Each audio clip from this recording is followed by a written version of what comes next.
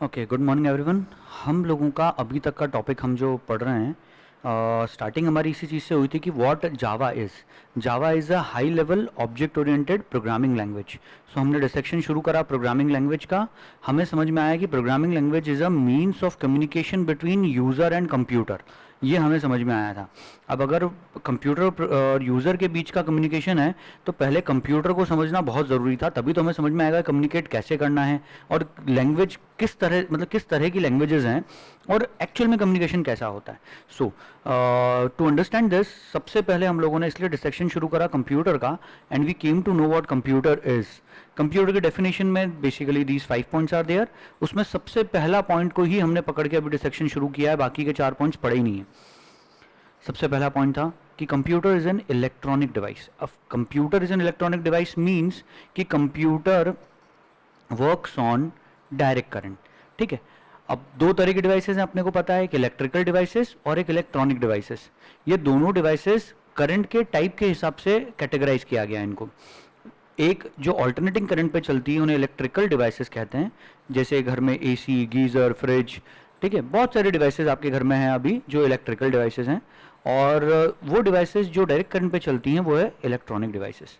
इसके अलावा हमने बहुत सारे तरीके देखे थे जिससे हम पता लगा सकते हैं कि किन डिवाइसेस को इलेक्ट्रॉनिक डिवाइस कहना।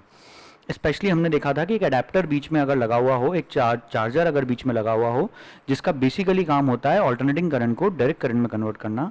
So this thing is basically a electronic device. दूसरा हमें समझ में आया था कि इलेक्ट्रॉनिक डिवाइस के अंदर आपको एक पीसीबी मिलती है, प्रिंटेड सर्किट बोर्ड। जिस भी डिवाइस में प्रिंटेड सर्किट बोर्ड है that is basically a electronic device. Okay, दो चीजें देखी थी। तीसरा पॉइंट हमने समझा था कि जो बैटरी के ऊपर चलती है, कोई भी डिवाइस जो बैटरी पे चलती है that is basically a electronic device. Okay, so यहाँ तक तो अपने को ये चीज़ें समझ में आई कि इलेक्ट्रॉनिक डिवाइस किसे कहते हैं और डायरेक्ट करंट वाली कहानी। अब क्यों इलेक्ट्रॉनिक डिवाइस डायरेक्ट करंट पे काम करती है तो वो भी हम पहले देख चुके हैं। क्विक रिवीजन दे रहा हूँ उस चीज़ का। Direct current because alternating current has infinite states but direct current has only two states, that is either it is on or it is off। सिर्फ दो states होती है। इन दो states का फ़ायदा उठा के हमने ऑल टुगेदर एक नई लैंग्वेज जनरेट करी। और हमें अगर कंप्यूटर से अब बातचीत करनी है तो पहली चीज़ हमें समझ में आई, कंप्यूटर क्योंकि एक डिवाइस है, जैसे कि फ़ैन या ट्यूबलाइट एक डिवाइस है, उनसे किसी से भी बात करनी होती है तो उनसे बात करना मतलब उनको इंस्ट्रक्ट करना कि चलो या रुको या जो भी इंस्ट्रक्शंस देने हैं आपको, you can only give them instructions using the language of currents. ठीक है, जैसे हम फैन को इंस्ट्रक्ट करते हैं स्विच के थ्रू, ऐसे कंप्यूटर को भी हम इंस्ट्रक्ट करते हैं स्विचेस के थ्रू। कंप्यूटर को इंस्ट्रक्ट करने के लिए एक स्विच ना होते हुए हमारे पास बहुत सारे स्विचेस हैं कीबोर्ड के अंदर।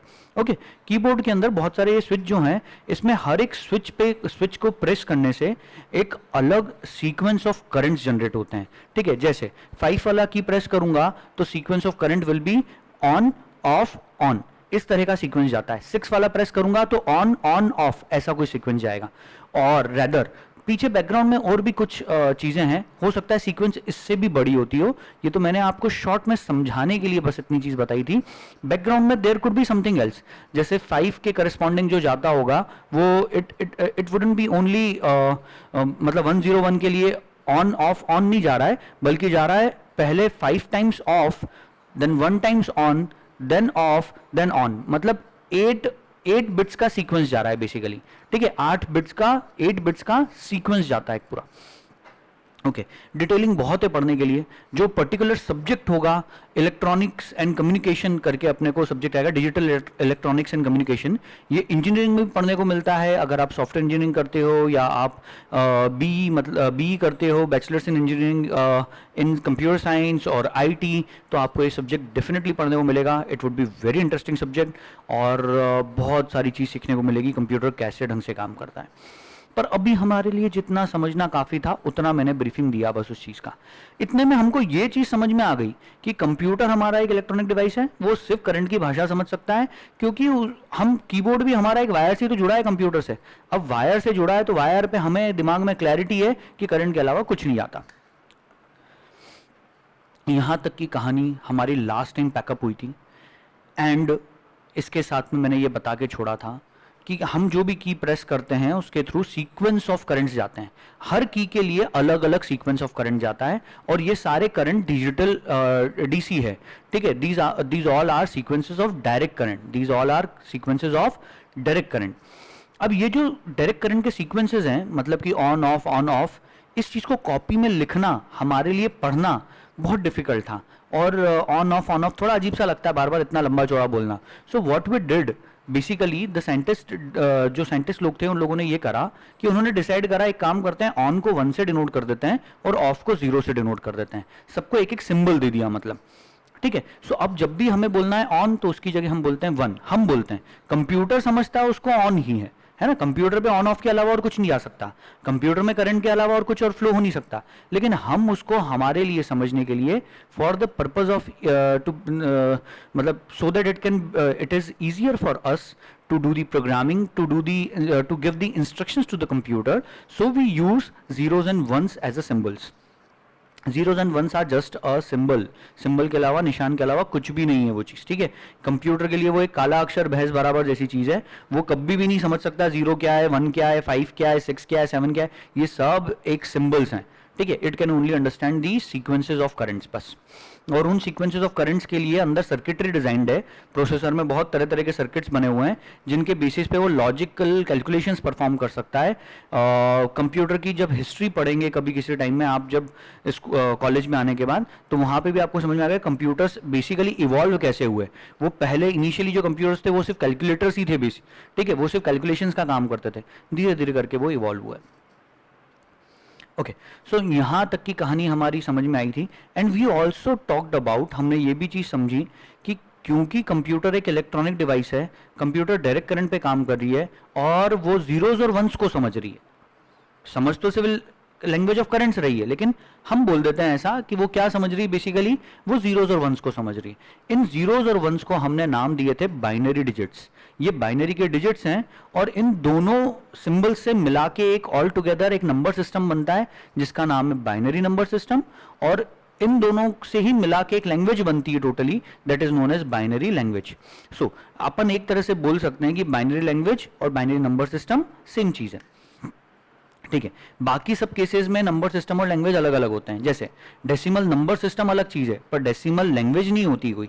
Decimal only number system is there, hexadecimal number system is there, octal number system is there. ठीक है. अब जैसे इंग्लिश की बात करें अपन, तो इंग्लिश में A B C D X Y Z बहुत सारे अदर कैरेक्टर्स हैं.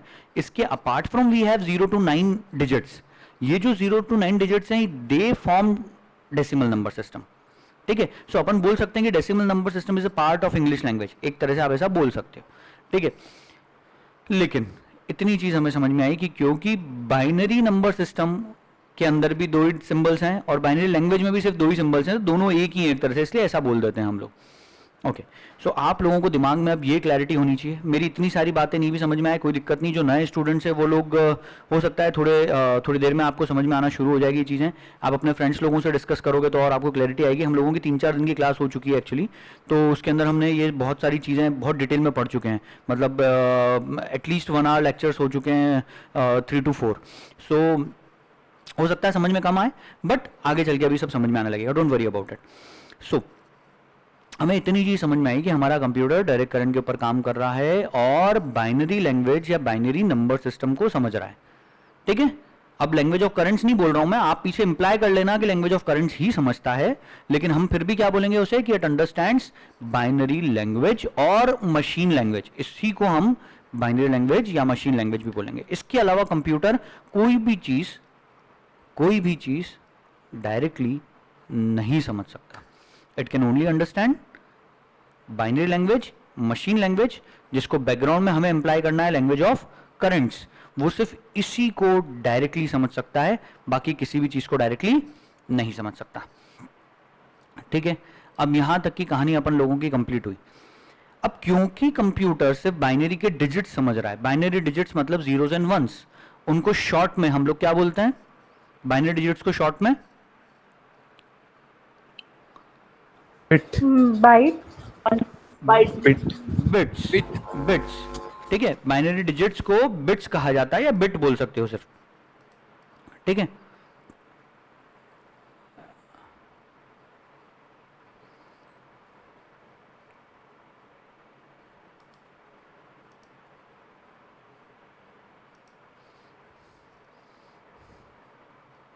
बिट कैसे हो गया?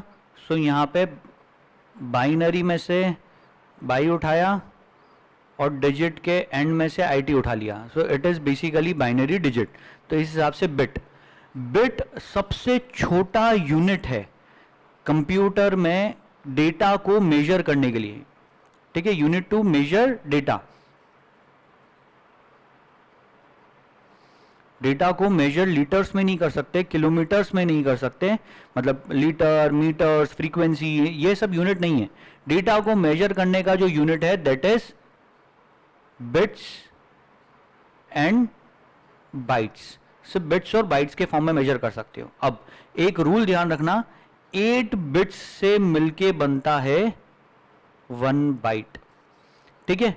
उसके बाद 1024 बाइट से मिलके बनता है 1 किलोबाइट्स। ओके, इस बारे में और डिटेल में बातें बाद में करेंगे हम। अभी सिर्फ इतना समझना था हमें कि जो कंप्यूटर में डेटा को मेजर करने का यूनिट होता है that is bits and bytes. Okay, सबसे स्मॉलेस्ट यूनिट अगर बात करें तो क्या है, दैट इज बिट। सबसे smallest unit is bit. Bit से छोटा कुछ भी नहीं हो सकता, ठीक है। आधा बिट, ठीक है, पौन बिट, सवा बिट, ऐसे कुछ भी चीज नहीं होती है। There is only bit. Bit मतलब बाइनरी डिजिट, और बाइनरी डिजिट क्या क्या है, बाइनरी डिजिट है 0 या 1।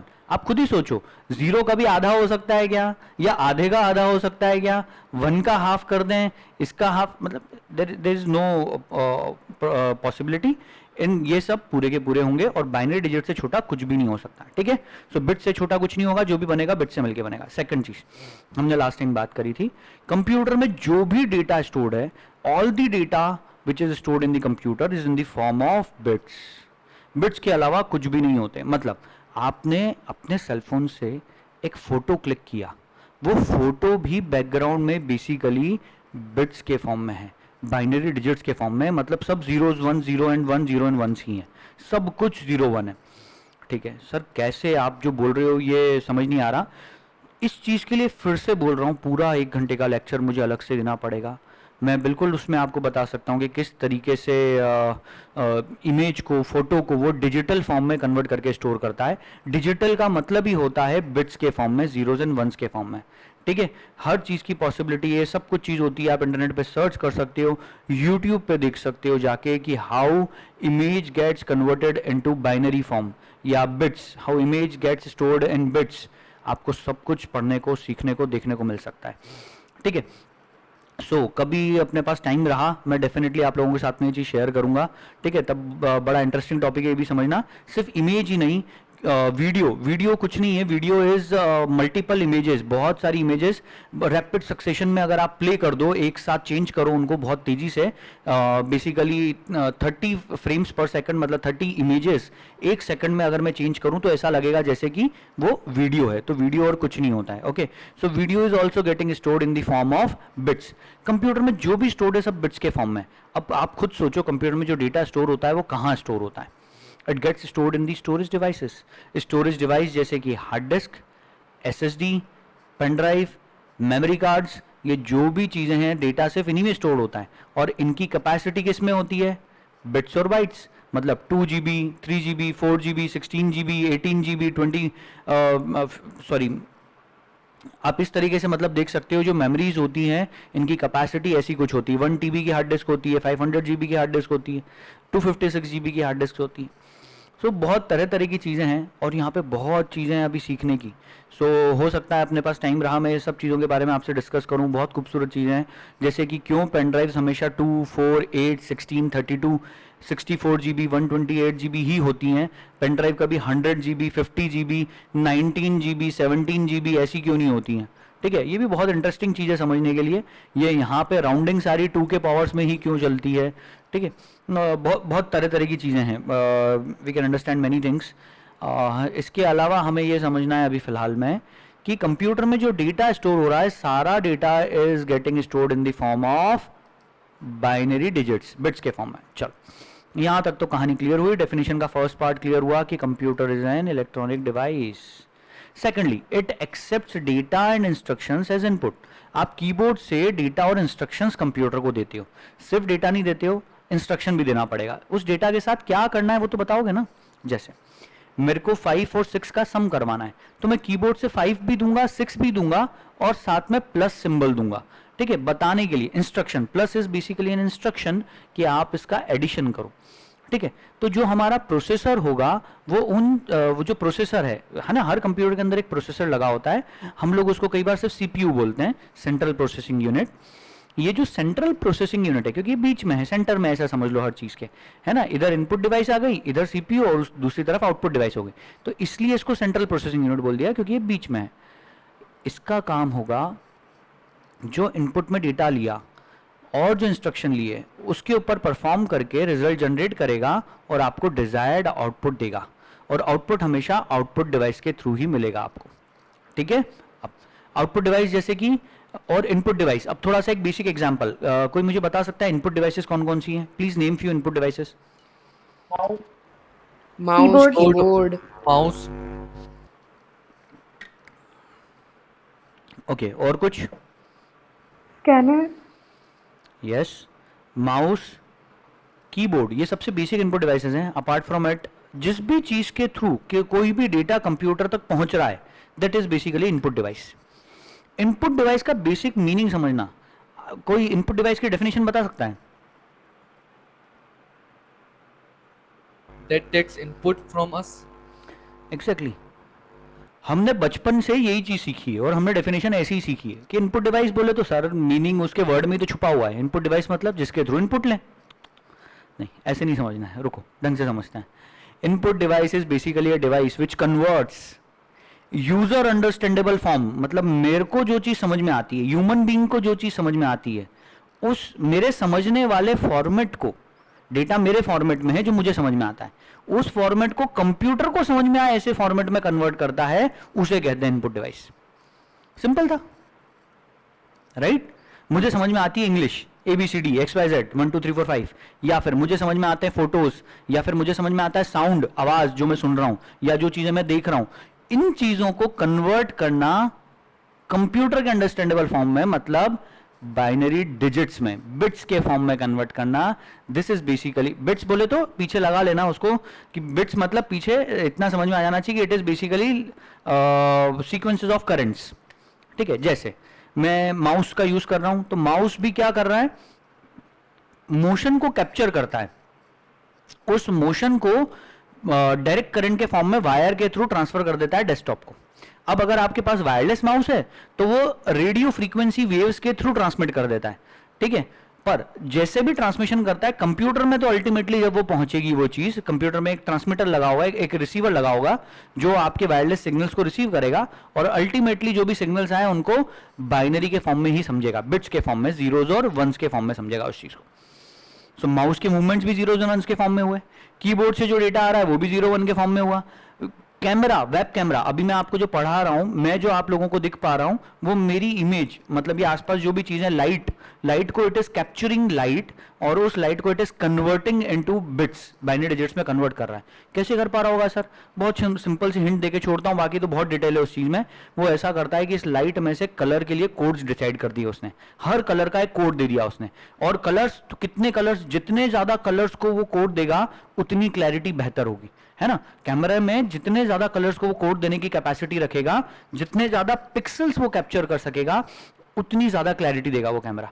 अब ये कलर्स के कोड्स क्या होते हैं, जैसे मान लो रेड कलर को उसने कोड दे दिया 252, मान लो ये कोड है रेड कलर का, उस 252 को वो बाइनरी डिजिट में कन्वर्ट कर देगा, बिट्स के फॉर्म में कन्वर्ट कर देगा। हम जल्दी ही सीखेंगे कि कैसे हम किसी डेसिमल नंबर को, मतलब हम जो नंबर्स अभी यूज करते हैं 100 255, हमारे टर्म्स, मतलब हमारे नंबर्स मतलब डेसिमल नंबर सिस्टम, हमारे डेसिमल नंबर सिस्टम को हम कैसे बाइनरी नंबर सिस्टम, मतलब बिट्स के फॉर्म में कन्वर्ट कर सकते हैं। बहुत इजी प्रोसेस है, वही तरीका ये डिवाइसेस भी यूज करती हैं, वो बहुत आसानी से इस चीज को कन्वर्ट करके और कंप्यूटर तक पहुंचा देती हैं, ठीक है। आप लोगों को यहां तक भी कहानी समझ में आई कि कैसे ये इनपुट डिवाइस कौन कौन सी है।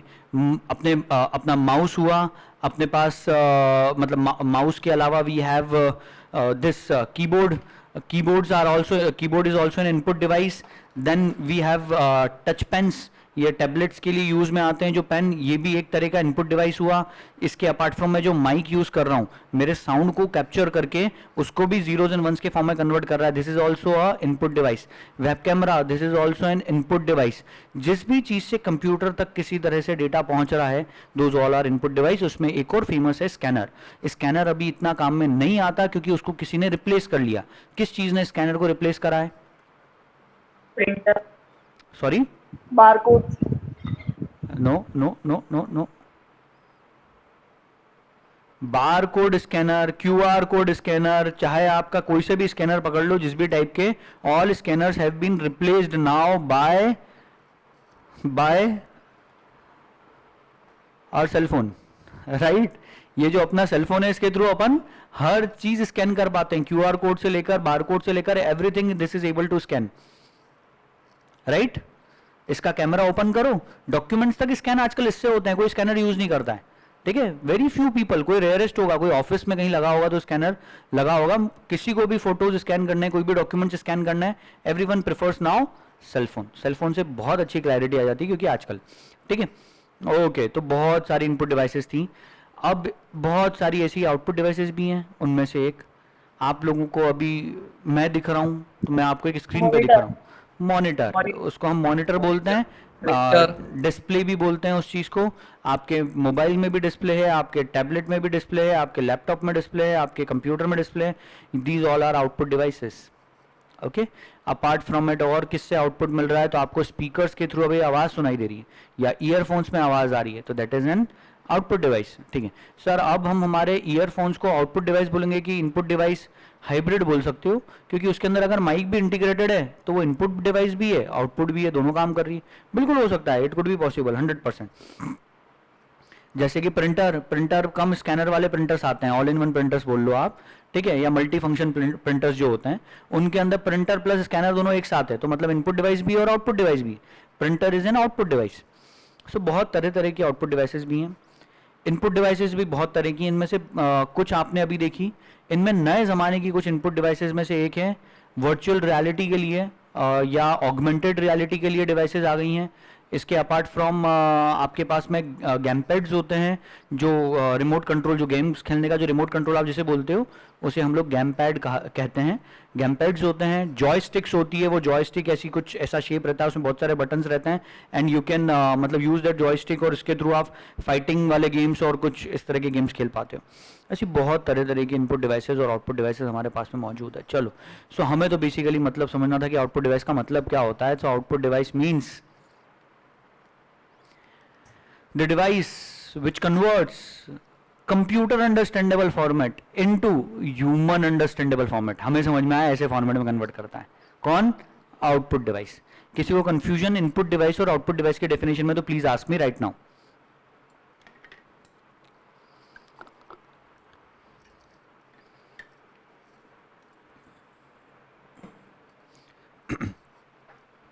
डाउट्स को मन में मत रखना, पूछते रहना, जो भी कन्फ्यूजन है, जो भी डाउट्स है, बिल्कुल पूछो।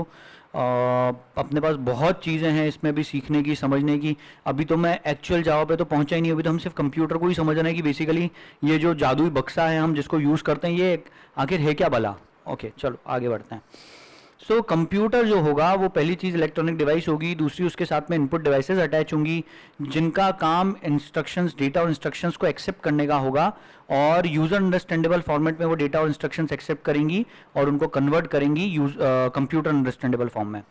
और प्रोसेसिंग यूनिट भी एक अटैच होता है कंप्यूटर में, जिसका काम होता है उस डेटा और इंस्ट्रक्शंस के बेसिस पे कैलकुलेशंस परफॉर्म करके रिजल्ट प्रोड्यूस करना, और रिजल्ट को वो आउटपुट डिवाइस को देते हैं, और आउटपुट डिवाइस का काम होता है आपको आउटपुट दिखाना, जो आउटपुट आया, जो भी रिजल्ट था वो। और पांचवी चीज, that computer should be able to store the data, instructions and information. उसमें स्टोरेज करने की कैपेसिटी होनी चाहिए, ठीक है। अगर ये 5 पॉइंट कोई भी डिवाइस सेटिस्फाई करेगी तो हम उसको कंप्यूटर कहेंगे। Okay, let's understand. हमारा कंप्यूटर जो होता है, इस कंप्यूटर के अंदर हमारा पहली चीज इलेक्ट्रॉनिक डिवाइस है। कैसे प्रूव करें? तो इसके अंदर पीसीबी है, प्रिंटेड सर्किट बोर्ड है। दूसरा, चार्जर से चल रहा है या फिर बैटरी से चल रहा है लैपटॉप। सो पहला पॉइंट हो गया। दूसरा पॉइंट बहुत ध्यान से सुनना है ना, अभी आप लोगों को बाइफरकेट करके बताना है मुझे। दूसरा पॉइंट रहेगा, उसमें इनपुट डिवाइस है, कीबोर्ड और माउस अटैच्ड है, इनपुट डिवाइसेज है, ठीक है, दूसरा पॉइंट भी सेटिस्फाइड। तीसरा, उसके अंदर प्रोसेसर लगा हुआ है, वो भी सेटिस्फाइड। चौथा, स्क्रीन है या स्पीकर्स हैं, आउटपुट मिल रहा है, ठीक है। इसके अलावा उनके अंदर स्टोरेज यूनिट है। स्टोरेज यूनिट मतलब किसी तरह की स्टोरेज है जो आज के टाइम में लेटेस्ट, उसको बोलते हैं एसएसडी, सॉलिड स्टेट ड्राइव। ये सबसे लेटेस्ट ज़माने की चीज़ है और सबसे लेटेस्ट मतलब हो चुके हैं, इसको भी रिलीज़ हुए 4 से 5 साल हो चुके हैं। और एस के कारण हमारा कंप्यूटर बहुत ज़्यादा फास्ट रहता है। ये एस एक स्टोरेज डिवाइस है, इसमें डेटा परमानेंटली स्टोर रहता है, इसमें से डिलीट नहीं होता जब तक कि आप डिलीट ना करो उस डेटा को। Okay, so SSD, memory card, pen drive, hard disk, CD DVD पुराने जमाने की जो थी, अब सीडी डीवीडीज हो चुकी हैं आउटडेट, अब कोई यूज़ नहीं करता उनको, ठीक है। हार्ड डिस्क भी आउटडेटेड चीज़, कोई भी लैपटॉप नया खरीदेगा अभी तो हार्ड डिस्क वाला कोई नहीं खरीदेगा, सिर्फ जिसमें अक्ल कम है, जिसमें दिमाग कम है, बस वही बंदा खरीद लेगा। क्यों खरीदेगा? क्योंकि उसको पता ही नहीं है, उसको लगेगा यार हार्ड डिस्क बोले तो मेरे को 1000 GB मिल रहे हैं तो मैं तो हार्ड डिस्क खरीदूंगा।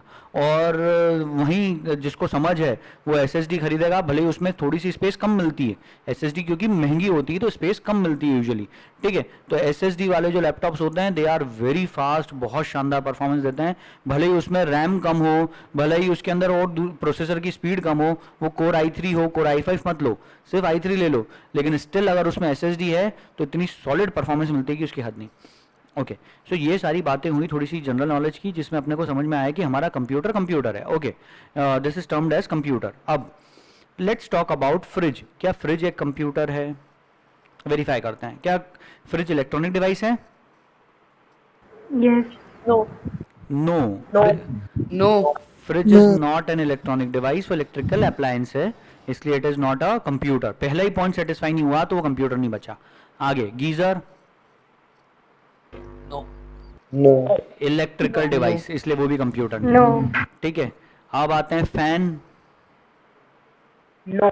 No, ठीक है। sir. अब आते हैं No. ट्यूबलाइट या एलईडी बल्ब पे आते हैं, है ना। ट्यूबलाइट पे आए पहले तो, चलो ट्यूबलाइट को पकड़ते हैं। ट्यूबलाइट में हम इनपुट, इलेक्ट्रॉनिक डिवाइस है, बिल्कुल है, उसके अंदर कुछ एक अडेप्टर लगा हुआ है जो एसी को डीसी में कन्वर्ट कर रहा है, ठीक है। उसमें भी एक छोटी सी पीसीबी मिल जाएगी आपको अंदर, बिल्कुल, तो इलेक्ट्रॉनिक डिवाइस हो गई। क्या उसको डेटा और इंस्ट्रक्शंस हम दे सकते हैं? Yes, sir. कैसे? Yes, sir. कैसे? Yes. Through switch. Data नहीं, instruction is through switch. Okay, thank you so much. हाँ, स्विच है ना हमारे पास, स्विच का यूज करके हम उसको इनपुट दे रहे हैं, बिल्कुल इनपुट हो गया, वो प्रोसेसिंग कर रहा है उसके बेसिस पे और कुछ आउटपुट भी दे रहा है। But is it capable of storing something? Data store कर सकता है क्या वो? No, sir. नो। तो No, ट्यूबलाइट, sir. तो ट्यूबलाइट फेल हो गई, है ना। ट्यूबलाइट बेसिकली कंप्यूटर नहीं है, इसलिए। सर कैसी बातें कर रहे हो, ऐसे तो आप पता नहीं किस किस चीज़ को कंप्यूटर बना दोगे। हैव पेशेंस, बहुत मज़ा आएगा। बहुत सारी चीज़ें जो कंप्यूटर है। अब बल्ब की बात करते हैं, बल्ब में भी सेम प्रिंसिपल अप्लाई हो रहा है, ठीक है। इलेक्ट्रॉनिक है, डेटा ले सकती है, प्रोसेसिंग भी हो रही है, आउटपुट भी दे रही है, लेकिन डेटा स्टोर करने की कैपेसिटी नहीं है। इसके अपार्ट फ्रॉम आजकल नए तरह के स्पेशल बल्ब्स आ चुके हैं, है ना। जैसे आपने इसका सुना होगा, फिलिप्स का बल्ब है, अपार्ट फ्रॉम इट एमआई का भी आ गया शायद, और भी किसी ब्रांड्स के हैं जिनका काम एलेक्सा से लिंक्ड हो जाते हैं, जो वो बल्ब्स के अंदर आप वाईफाई के थ्रू कनेक्टिविटी दे देते हैं और आप उसको कंट्रोल कर सकते हो।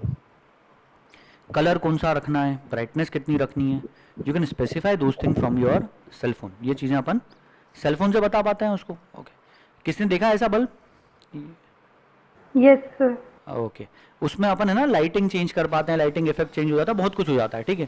सो मैंने भी 1 साल तक, मतलब मैंने भी अभी घर में रिसेंटली लगाया था, मेरी गुड़िया के लिए लगाया था मेनली, और उसको 1 साल तक बहुत जादू दिखाया, उससे मैजिक दिखाया, वो भी मैजिक ही समझते थे कि मैजिक हो रहा है। वो अपन करते थे सेलफोन से और वो होता वहाँ पे था, तो she is not able to understand, but still it is a very good thing. और ये भी एक तरीका, अब बताओ कंप्यूटर है कि नहीं है? No, sir. Electronic No, device no. है, No, sir. डेटा इंस्ट्रक्शंस ले पा रहा है, No, प्रोसेसिंग कर sir. पा रहा है, आउटपुट दे रहा है, और उसमें स्टोरेज कैपेसिटी है। कैसे है? क्योंकि वो आपके लास्ट दिए गए इंस्ट्रक्शन को स्टोर करके रख पा रहा है। मेरा बल्ब को मैंने लास्ट टाइम जिस कलर पे, जिस मोड पे सेट करा, वो उसके पास में सेट है। मैंने उसमें वाईफाई का पासवर्ड स्टोर करा, वो उसके पास स्टोर्ड है। मैं नेक्स्ट टाइम उसको ऑन करूंगा तो भी उसके अंदर मिलेगा, मतलब उसमें किसी तरह की स्टोरेज है, किसी भी तरह की स्टोरेज है। तो yes, bulb is a computer, और इसलिए इसको हम स्मार्ट बल्ब बोलते हैं। सर कैसी बातें कर रहे हो? सो बिलीव मी, अब जो ये सर 5G किसी आ का माइक तब से बहुत गंदी वाली आवाज कर रहा है। Okay, just wait. भैया किसी का माइक हो तो उसको म्यूट कर लो। ओके, चलो। अब सब लोग इधर ध्यान से देखें। अब क्या है अपने पास में जितनी भी डिवाइसेस घर में आपके लगी हुई हैं, अभी तो आपने देखी बहुत सारी इलेक्ट्रिकल थी, लेकिन अब मैं जो एग्जांपल्स दूंगा सारे इलेक्ट्रॉनिक डिवाइसेस के दूंगा, और वो सारे कंप्यूटर्स हैं, और जो नहीं हैं वो धीरे धीरे कंप्यूटर बनते जा रहे हैं, क्योंकि अब ये सारी डिवाइसेस स्मार्ट डिवाइसेस होती जा रही हैं। स्मार्ट डिवाइसेस को आप वाईफाई के थ्रू लिंक कर सकते हो और उनको अपने सेलफोन से कंट्रोल कर सकते हो, है ना। ये सारी चीजें स्मार्ट डिवाइसेस बन रही, और ये स्मार्ट डिवाइसेस का एक घर में एक नेटवर्क बनते जा रहा है, और इस नेटवर्क को, जो घर में स्मार्ट डिवाइसेस का नेटवर्क बन रहा है, इस नेटवर्क को इंटरनेट ऑफ थिंग्स कहा जाता है। ये चीज आपको आगे बहुत सुनने को मिलेगी। क्यों सुनने को मिलेगी? क्योंकि अभी तक आपने जो देखा, आपके जमाने ने 3G देखा, 4G देखा, 5G अब जो आ रहा है, ये 5G is all about IoT। IoT का मतलब होता है इंटरनेट ऑफ थिंग्स। मतलब 5G टोटली फोकस करेगा कि आपके घर में जितनी चीजें हैं सब किसी तरीके से इंटरनेट से जुड़ जाएं। मतलब हर चीज धीरे धीरे स्मार्ट होती जाएगी। अभी तो एक एग्जांपल दिया बल्ब का, जो स्मार्ट बल्ब हुआ। इसके बाद एग्जांपल्स अगर देखें तो स्मार्ट टीवी। अब देखते हैं whether TV is a computer और नॉट। तो टीवी भी 5 पॉइंट सेटिस्फाई करना चाहिए। सबसे पहला तो कर दिया उसने, इलेक्ट्रॉनिक डिवाइस है, राइट, अडेप्टर लगा हुआ है या अंदर मदरबोर्ड है, जो भी समझ लो। टीवी के अंदर भी एक पीसीबी है। Yes, sir. So TV is an electronic device. It takes data and instructions. क्या वो डेटा और इंस्ट्रक्शंस लेती है? Yes, sir. रिमोट के थ्रू हम डेटा Yes, इंस्ट्रक्शन sir. देते हैं, ठीक है। रिमोट के थ्रू तो हम सिर्फ इंस्ट्रक्शंस देते हैं, उसको डेटा कैसे मिलता है? जिसको वो प्रोसेस करती है और अपने को दिखाती है, वो डेटा कैसे मिलता है?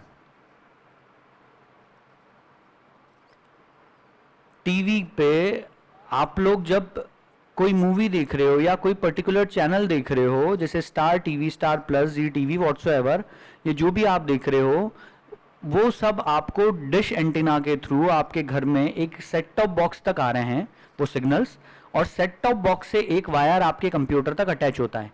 इस वायर के ऊपर डेटा फ्लो होके आया, उस डेटा को आपका मॉनिटर या सॉरी उस डेटा को आपकी टीवी कन्वर्ट करती है विजुअल फॉर्म में, वीडियो के फॉर्म में, ताकि आपको वो प्ले हो सके और आपको सामने दिखे। नहीं तो वायर के ऊपर तो सिर्फ करंट फ्लो होके आ रहा है उस तक। करंट मतलब बिट्स आ रहे हैं, समझ लो, बाइनरी डिजिट्स आ रहे हैं, इलेक्ट्रॉनिक सिग्नल्स आ रहे हैं। बाइनरी डिजिट्स को हम कई बार इलेक्ट्रॉनिक सिग्नल्स भी बोल देते हैं, करंट बोल देते हैं। डायरेक्ट करंट की सीक्वेंसेस आ रही हैं बेसिकली। सो इलेक्ट्रॉनिक सिग्नल्स जो वो उसके पास आ रहे हैं, वो उनको प्रोसेस कर रहा है। टीवी का काम ही है, टीवी के अंदर एक प्रोसेसर लगा हुआ है जो ये सिग्नल्स लेता है, इनको प्रोसेस करके आपको विजुअल फॉर्म में सामने टीवी में जो मतलब वीडियो दिखाता है, जो आपको देख के समझ में आए, मतलब लाइट प्रोड्यूस करता है proper. Are you able to understand now कि टीवी ये चारों पॉइंट्स को सेटिस्फाई कर रही है, आउटपुट भी दे रही है, आपको आउटपुट दिखा रही है। पांचवा पॉइंट, क्या टीवी के अंदर Yes, स्टोरेज है? Yes, sir. देखो, Yes, sir. Yes, sir. आप Yes, sir. आज से पुराने जमाने की टीवी की अगर बात करें, जो बड़ी टीवीज होती थी, जो इतनी चौड़ी पीछे से बहुत गहरी दिखती थी, जिन्हें हम CRT कैथोड रे ट्यूब वाली टीवीज होती थी, मतलब उनमें डब्बा हाँ डब्बा जो समझ लो, उसके अंदर भी अपन लोग कभी कभी गेम्स खेल पाते थे। कुछ गेम्स होते थे और उन गेम्स की भी स्टेजेस कई बार उसके अंदर स्टोर हो जाती थी। आपने लास्ट टाइम कहाँ खेला है वो सेव्ड रहता था या तो, ठीक है, या फिर टीवी को आपने कौन से चैनल पे बंद किया वो चैनल तक उसके ऊपर स्टोर रहता है यूजुअली, ठीक है। तो मतलब उसमें कहीं ना कहीं किसी तरह की स्टोर करने की कैपेसिटी है। उसके अलावा आपने एक बार सेट कर दिया कि 1 नंबर पे जी टीवी, 2 नंबर पे स्टार प्लस और 3 पे ये आएगा, तो वो सेट रहता था। हालांकि ये पुराना जमाना हो चुका है। आज के ज़माने में तो सब चीज़ें सेट टॉप बॉक्स में होती हैं। अब अपन ये सब चीज़ें टीवी में चैनल वैनल सेट नहीं करते, ये सब चीज़ें कुछ नहीं होती है टीवी में, ठीक है। अब तो सब सेट टॉप बॉक्स के थ्रू हो रही है जो सारी कहानी होती। But still TV has the capacity to store. Apart from it, आप उसमें पेन ड्राइव लगाने की जगह है। पेन ड्राइव क्या, आप एक्सटर्नल हार्ड डिस्क ड्राइव उसमें अटैच कर सकते हो और उस हार्ड डिस्क ड्राइव में आपकी जो मूवीज़ पड़ी है वो सारी मूवीज़ देख सकते हो। सो टीवी बन गई कंप्यूटर।